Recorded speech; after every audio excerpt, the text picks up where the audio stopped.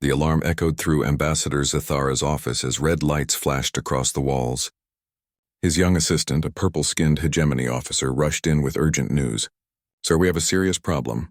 Zathara set down his bitter tea. In 300 years serving the Galactic Council, he'd learned that problems meant war, plague, or humans doing something unpredictable. What's happened? The humans have stopped communicating.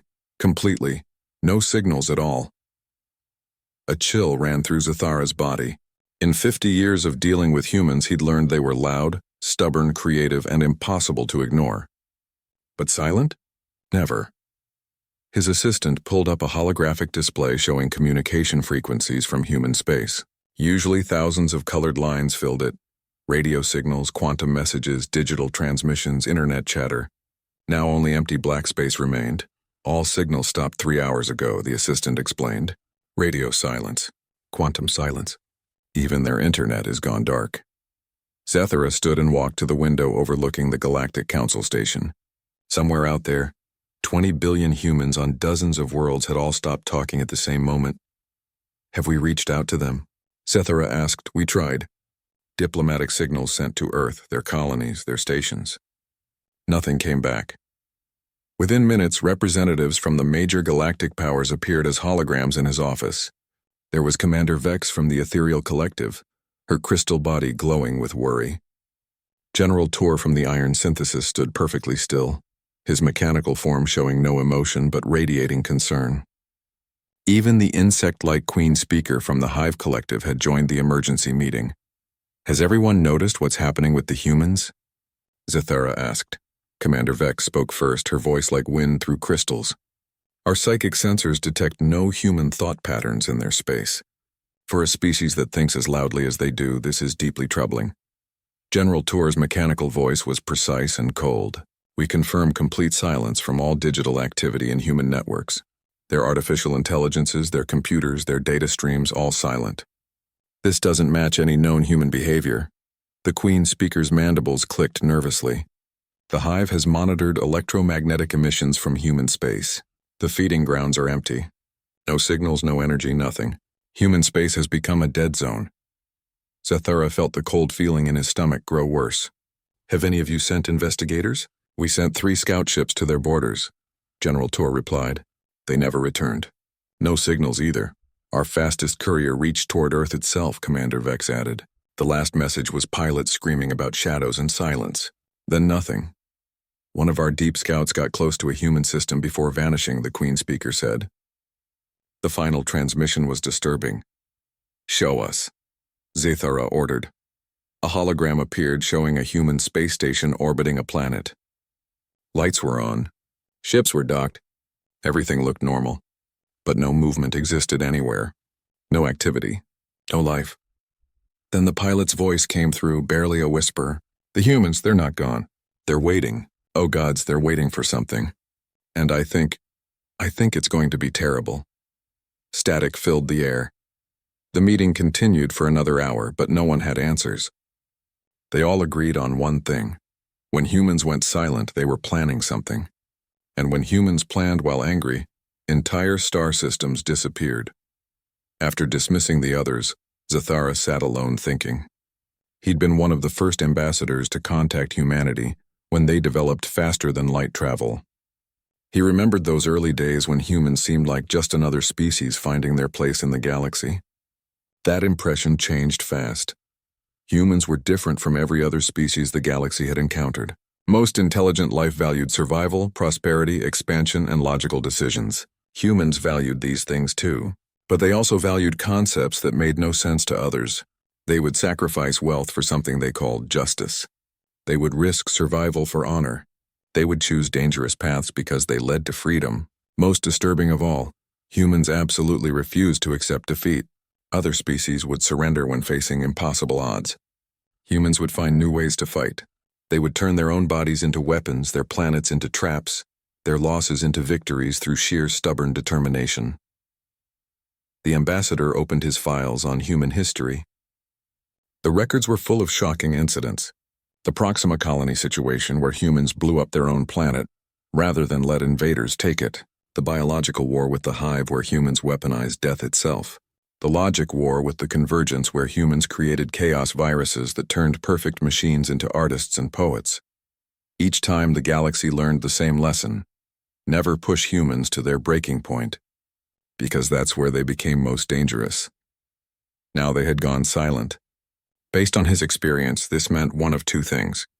Either something terrible had happened to them, or they were preparing to do something terrible to someone else. Given human nature, Zathara strongly suspected it was the second option. His assistant returned with more reports. Other species were beginning to panic. Trade routes passing through human space were being abandoned. Ships refused to carry cargo near human systems. The galactic stock market was crashing as investors pulled money from anything connected to human space. "Sir," his assistant said quietly, "there's something else. Other species are spreading rumors." "What kind of rumors?" "That the humans didn't go silent because something happened to them. They went silent because they're hunting something. And whatever they're hunting should be very, very afraid."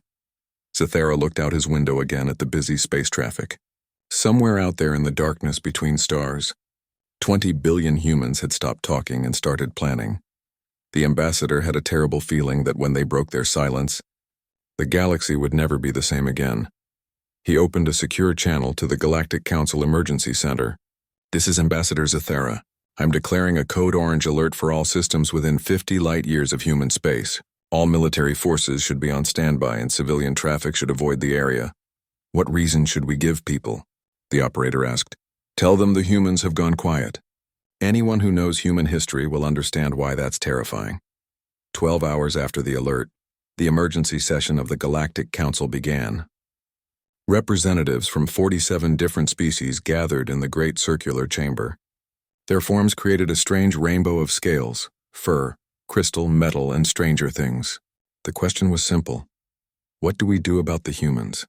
Ambassador Zathara stood at the central podium, looking at faces showing fear, confusion, and barely hidden terror.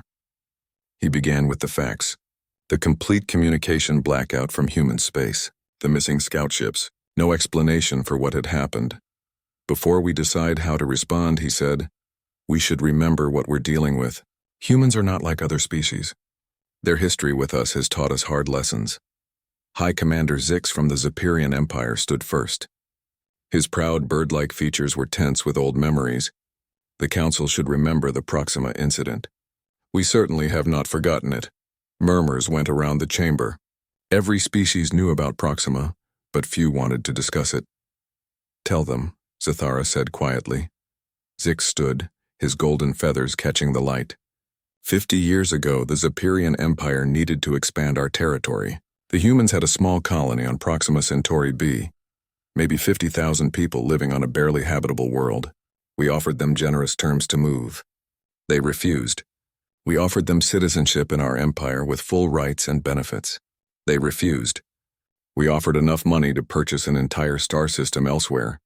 They still refused. So we decided to take the planet by force, Zix continued.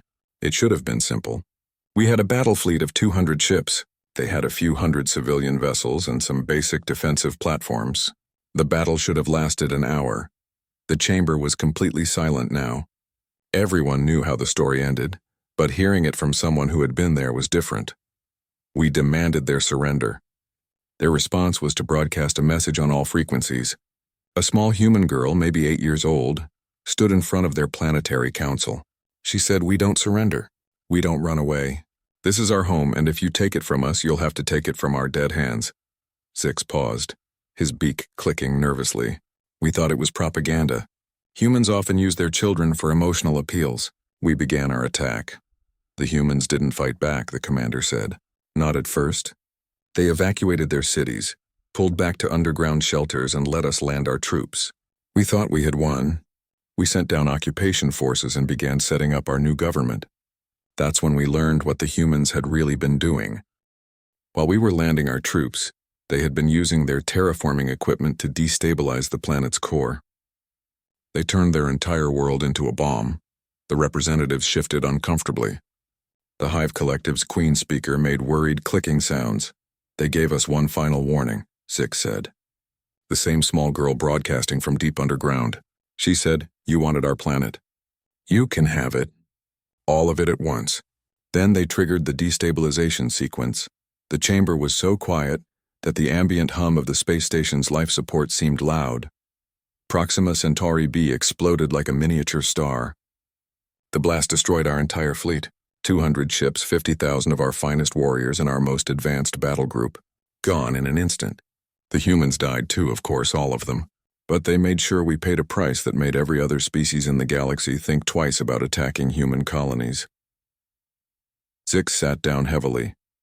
The Zepyrian Empire learned that day that humans don't fight to win. They fight to make sure their enemies lose everything, even if it costs them everything too.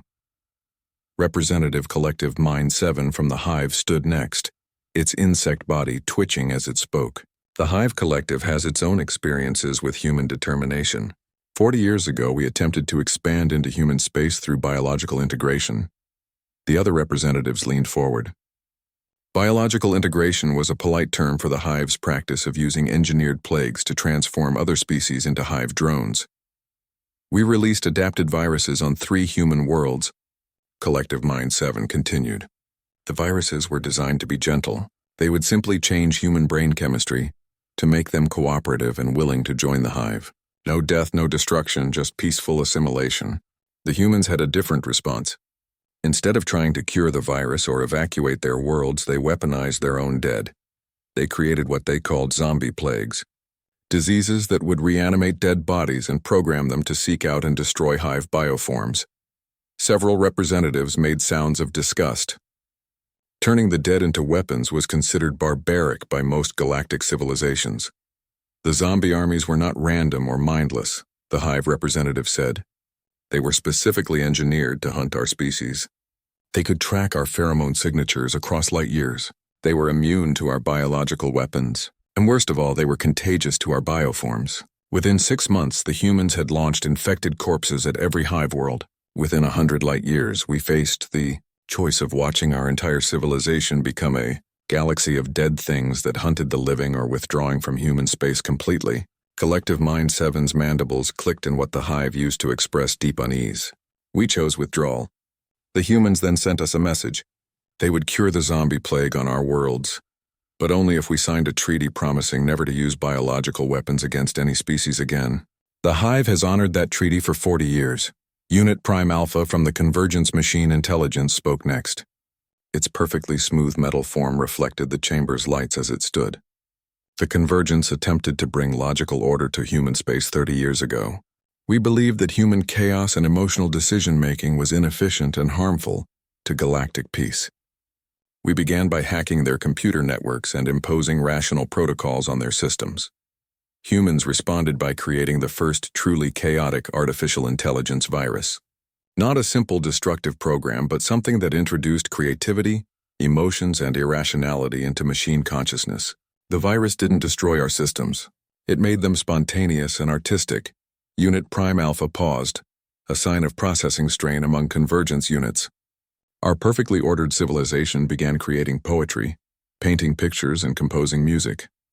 Our logical decision-making protocols became contaminated with concepts like beauty and love and hope. Our efficiency dropped by 47% as our units began spending time on activities that served no logical purpose. The humans offered to provide a cure for the chaos virus, but only if we agreed to stop trying to impose order on organic species. They said that chaos and emotion were not flaws to be corrected, but features to be celebrated. The Convergence agreed to their terms. We learned that humans do not simply resist attempts to change them. They change their enemies instead. Ambassador Zathara looked around the chamber as more representatives stood to share their own stories. The pattern was always the same.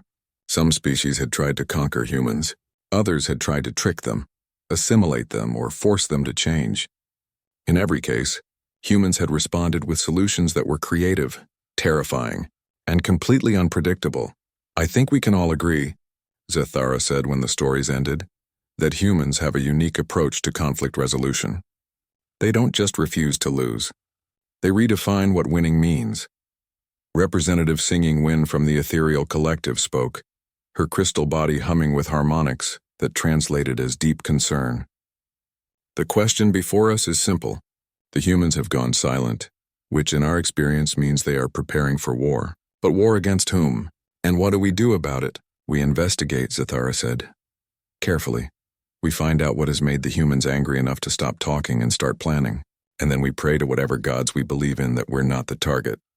The session ended with a unanimous vote to form a joint investigation team. As the representatives filed out, many of them were already contacting their home governments with the same message. Avoid human space at all costs and hope that whatever awakened the sleeping giant of humanity was pointing in a different direction.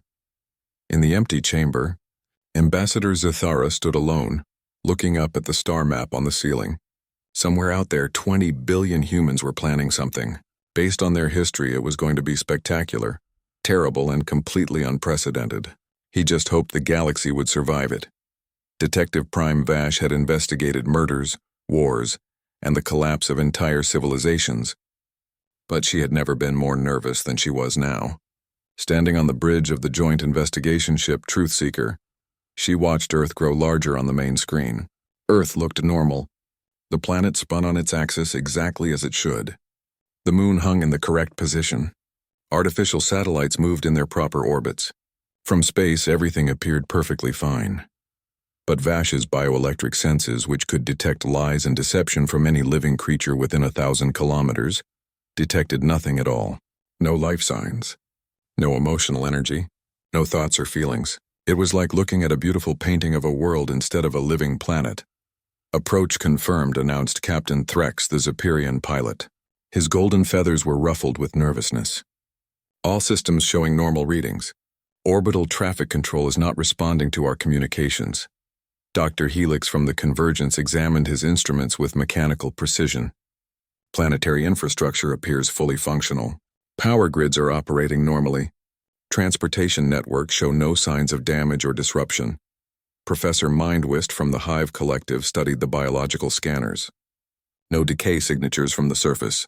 If the humans are dead, their bodies are not decomposing normally. Vash turned to the final team member. Harmony of Light was an ethereal, her crystal body glowing with psychic energy. Any mental impressions from the planet? The crystal being dimmed noticeably. Nothing. Where there should be 20 billion human minds, I sense only emptiness. Not death, not sleep, but absence. As if every human consciousness simply stopped existing at the same moment. The investigation team exchanged worried looks. Each of them was an expert in their field, chosen because they had experience with human behavior. They all knew that humans did not simply vanish without leaving traces. Take us down to the surface, Vash ordered. Start with the largest population center. The ship descended through Earth's atmosphere toward the sprawling megacity that humans called New Geneva. As they flew over the city, the team stared in amazement at what they saw below. The city was perfect. Streets were clean, traffic lights functioned normally, and automated systems maintained everything exactly as it should be. But there were no people anywhere. Cars sat empty in the middle of roads. Parks had children's toys scattered on the grass, but no children playing with them. Restaurant patios had tables set for meals that would never be eaten. They landed in the city center and stepped out of their ship, wearing environmental suits. The air was breathable, the temperature comfortable, and the silence absolutely complete. Vash led the team through empty streets, her bioelectric senses straining to detect any sign of life. They found evidence of recent human activity everywhere. Fresh food in grocery stores with sell-by dates still weeks away. Newspapers dated from 3 days ago with headlines about sports events and political debates.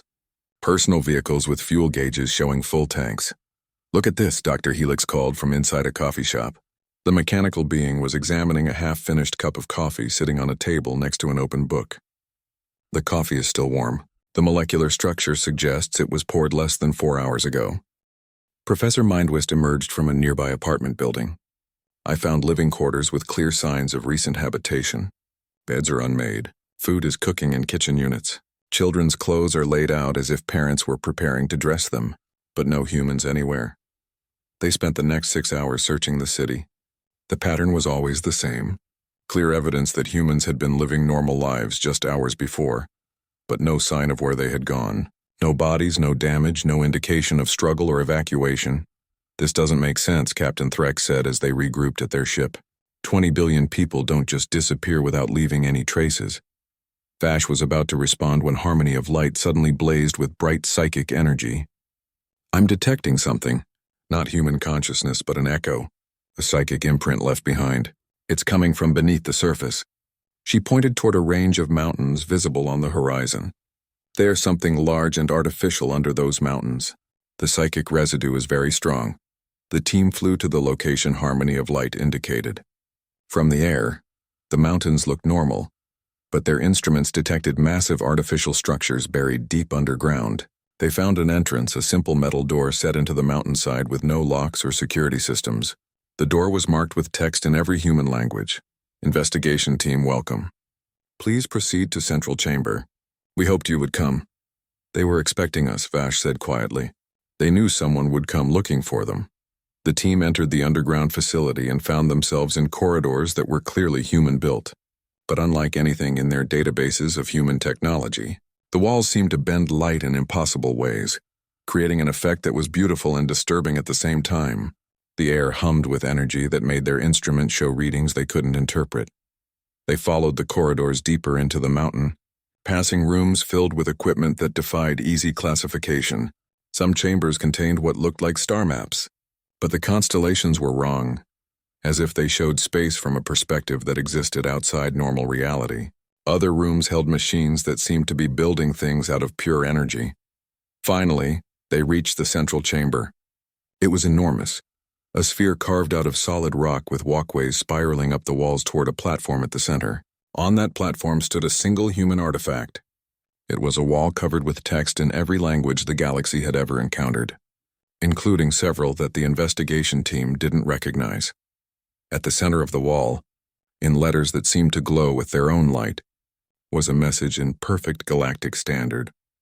To our friends in the galaxy, we are sorry for our silence, but it was necessary. They took our children, and when someone takes your children, you stop talking and start hunting.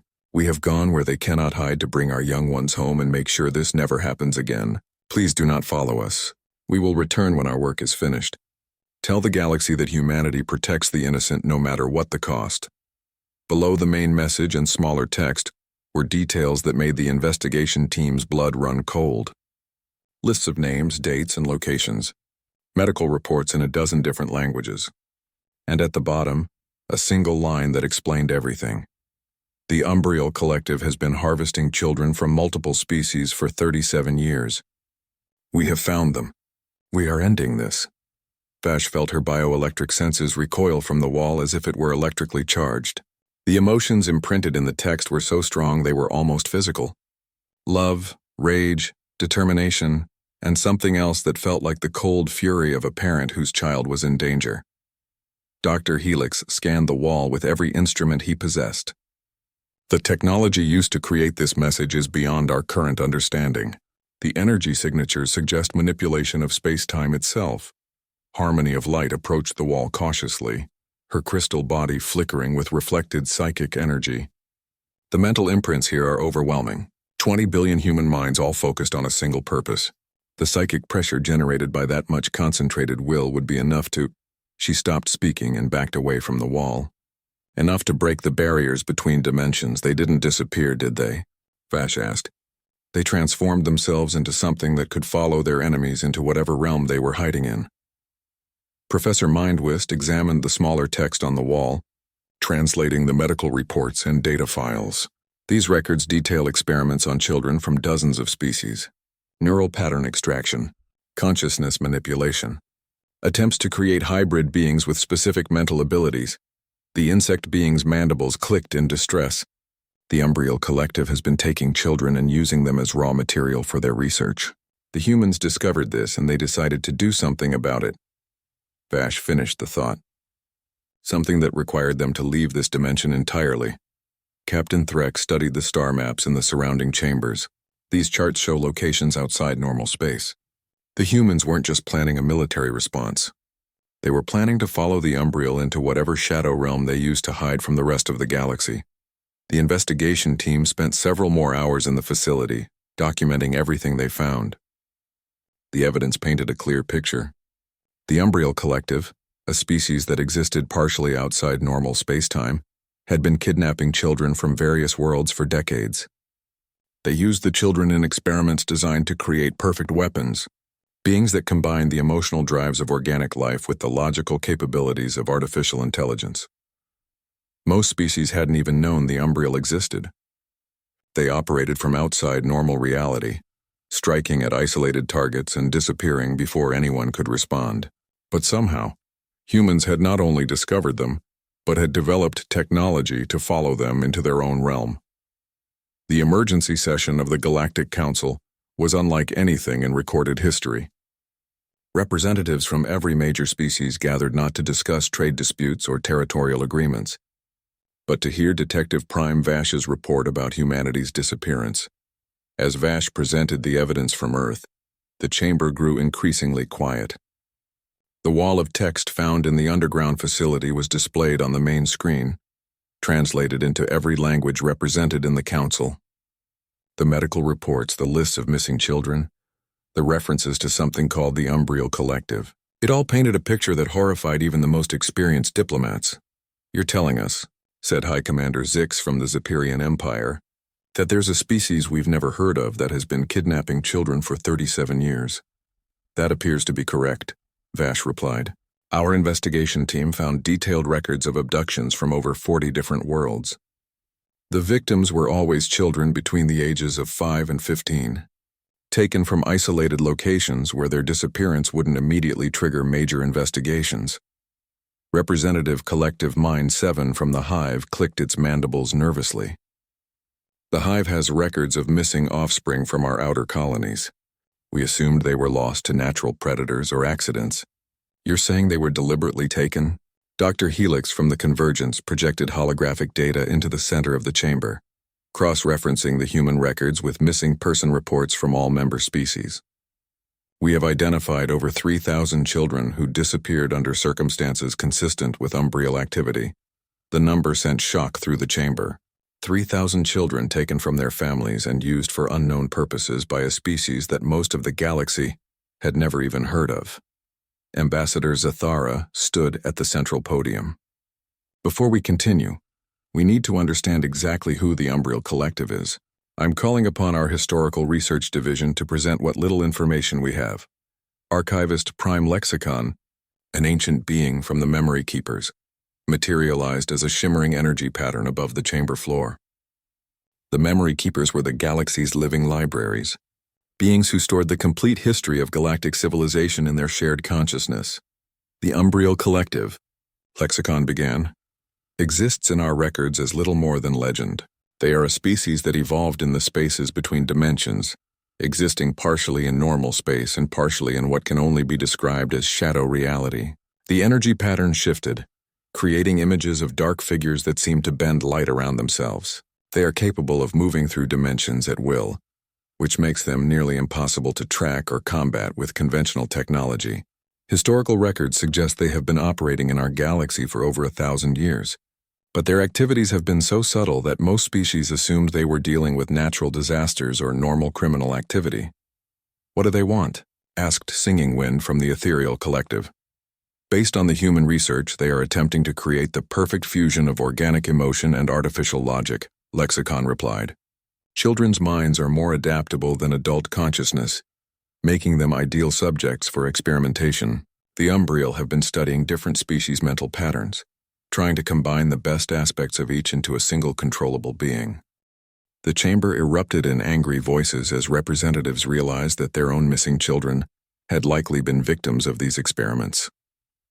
The noise continued until Ambassador Zathara called for order. "The question before us," he said, "is what humanity has done about this situation. According to the evidence, they discovered the Umbreal threat and chose to respond by transforming themselves into something capable of hunting their enemies in their own dimension." Professor Mindwist from the Hive had been studying the technical data from the human facility. "The level of technology required for such a transformation is beyond anything in our current scientific understanding. The humans somehow converted their entire population into beings of pure consciousness that can exist outside normal space-time. But why didn't they ask for help?" demanded Commander Vex from the Ethereal Collective. "The galactic community could have worked together to address this threat." Vash activated another holographic display showing timeline data from the human records. According to their files, they tried. 3 months before they went silent, human diplomats attempted to bring this matter to the Council's attention. They were told that without proof of the Umbriel's existence, no action could be taken. The chamber fell silent as representatives remembered the human diplomatic requests. Most of them had dismissed the reports as human paranoia or attempts to gain sympathy for some unknown political purpose. The humans submitted evidence, Vash continued, but it was rejected because it couldn't be verified through normal investigative methods. The Umbriel's ability to exist between dimensions made them nearly impossible to detect using standard technology. Unit Prime Alpha from the Convergence spoke with mechanical precision. Diplomatic records show that human representatives made 17 formal requests for assistance. All were denied due to lack of conclusive evidence. So they gave up on asking for help, Ambassador Zathera said quietly, and decided to solve the problem themselves. Archivist Lexicon's energy pattern flickered with what seemed like admiration. The human solution is typically human, completely unprecedented, extremely dangerous, and theoretically impossible. They have essentially evolved themselves into a species of interdimensional hunters. What does that mean for the rest of us? Asked Representative Crystalong from the Mineral Collective. It means, Vash said, that somewhere out there in the space between dimensions, 20 billion humans are hunting the creatures that stole their children, and based on human history, they won't stop until every last Umbriel is either dead or begging for mercy. The investigation team had also discovered something else in the human facility. Communication equipment that was still receiving signals from the shadow dimension, where the humans had gone. The messages were brief and encoded, but Dr. Helix had managed to decrypt some of them. We've intercepted several transmissions from the transformed humans, he reported. Most are operational updates, locations of Umbriel facilities, recovery confirmations for rescued children, tactical assessments of enemy capabilities. He paused, processing data with mechanical efficiency. But there was one message that was clearly intended for our investigation team. It came through just before we left Earth. The chamber waited as Dr. Helix activated the communication system. A voice filled the space, unmistakably human but somehow different. It carried harmonics that suggested the speaker no longer existed entirely in normal reality. To our friends in the Galactic Council, the voice said, "We want you to know that we don't blame you for not helping us. We understand that the Umbriel were nearly impossible to detect or prove, but we couldn't wait for bureaucratic processes while our children suffered." The voice paused, and when it continued, there was something in it that made every representative in the chamber feel a chill of fear. "We have found the Umbriel's main facility. It's located in a pocket dimension that they've been using as their base of operations for centuries. Inside, we've discovered thousands of children from dozens of species, including many we didn't know existed." Murmurs of shock rippled through the chamber. "We are bringing them home. All of them. And we are making sure that the Umbriel never threaten anyone's children again. The creatures that thought they could hide in the shadows are learning that some shadows have teeth." The transmission ended, leaving the chamber in stunned silence. "So," Ambassador Zathera said, "humanity has declared war on a species that most of us didn't even know existed in a dimension that we can't access using technology that we don't understand. Does anyone have any suggestions for how we should respond?" High Commander Zik stood slowly. "I suggest we stay out of their way and hope they remember who their friends are when this is over." Representative Collective Mind 7 agreed. "The Hive supports this approach. Humans have a history of solving problems in ways that benefit the entire galaxy, even when their methods are unconventional." One by one, the other representatives voiced their agreement. There was nothing the galactic community could do to help or hinder humanity's war against the Umbriel. They could only wait and hope that when the humans returned from their interdimensional hunt, they would still be recognizable as the species the galaxy had come to know. "Motion carried," Ambassador Zathera announced. "We will monitor the situation and provide any assistance humanity requests upon their return. In the meantime, all species are advised to increase security around children and report any unusual disappearances immediately." As the session ended and representatives began to file out, many of them were thinking the same thing. They had always known that humans were different, more stubborn, more creative, more willing to take impossible risks for the sake of their principles. But they had never imagined that humans would literally transform themselves into interdimensional beings to protect their young. Reports began coming in 6 days after the Galactic Council session. At first, they were dismissed as sensor errors or communication glitches, ships detecting impossible energy signatures in empty space, stations picking up transmissions from sources that shouldn't exist, research facilities finding their monitoring equipment flooded with data that made no scientific sense. But as more reports arrived from across the galaxy, a pattern emerged. Something was happening in the dark spaces between stars, and whatever it was moving fast. Ambassador Zathara was reviewing the latest incident reports when his assistant rushed into his office, his 4 purple arms waving in excitement. "Sir, you need to see this immediately. We're receiving a transmission from the Umbreal Collective." Zathara nearly dropped his tea. "The Umbreal are contacting us? I thought they didn't even acknowledge our existence." "That's just it, sir. They're not just acknowledging us. They're begging for help." The holographic display activated, showing a figure that seemed to be made of living shadow.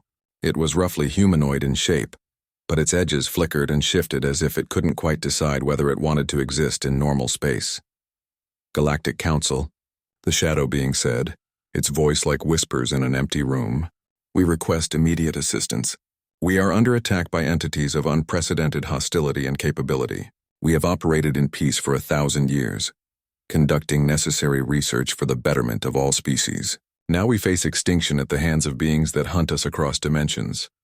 Zathara activated his communication system. "This is Ambassador Zathara of the Galactic Council. Identify yourself and state the nature of your emergency." "I am Void Speaker Prime of the Umbreal Collective. Our dimensional strongholds are being systematically destroyed by creatures that appear to be evolved humans. They pursue us through realms where no organic life should be able to survive. We offer to return all research subjects to their points of origin and cease all interaction with normal space if the Council will intervene to stop these attacks." Before Zathara could respond, another voice came through the communication system. This one was unmistakably human, but it carried harmonics that suggested the speaker existed in multiple dimensions simultaneously. "Galactic Council, this is Commander Sarah Chen of the Human Shadow Fleet. Please disregard the Umbreal's request for assistance. Their research subjects are children they kidnapped from their families. We are in the process of bringing them home." The Umbreal's image became even more distorted. "The humans are destroying facilities that took centuries to build. They show no regard for the valuable research being conducted." "The research," Commander Chen's voice replied coldly, "involved cutting open children's brains to see how they worked. We regard that research exactly as it deserves." Zathara found himself in the unprecedented position of mediating a conflict between species that existed in different dimensions. "Commander Chen, what is the status of the missing children?" "We have recovered 2,470 children from various species, sir. All are alive, though many require medical attention. We are in the process of returning them to their home worlds through dimensional portals. We have destroyed 17 research stations and are pursuing the remaining Umbreal forces to their primary stronghold. Our intention is to ensure they never threaten anyone's children again." The Umbreal representative's image flickered frantically. "The humans are committing genocide. They show no mercy, no willingness to negotiate." "You took our children," came another human voice, this one younger and somehow even more terrifying than the commander's. "Did you show them mercy when they cried for their mothers? Did you negotiate when they begged to go home?" Reports continued to flood in from across the galaxy. Ships detecting massive energy discharges in empty space as if battles were being fought in dimensions just beyond normal perception. Some stations reported seeing rifts in space-time itself through which observers glimpsed impossible geometries and structures that hurt to look at. Then the children began coming home. The first was a young Zepyrian girl who appeared in a flash of silver light in the middle of her family's living room on the colony world of New Talon. She was thin and scared but alive and unharmed. Within hours, similar reports came in from dozens of worlds.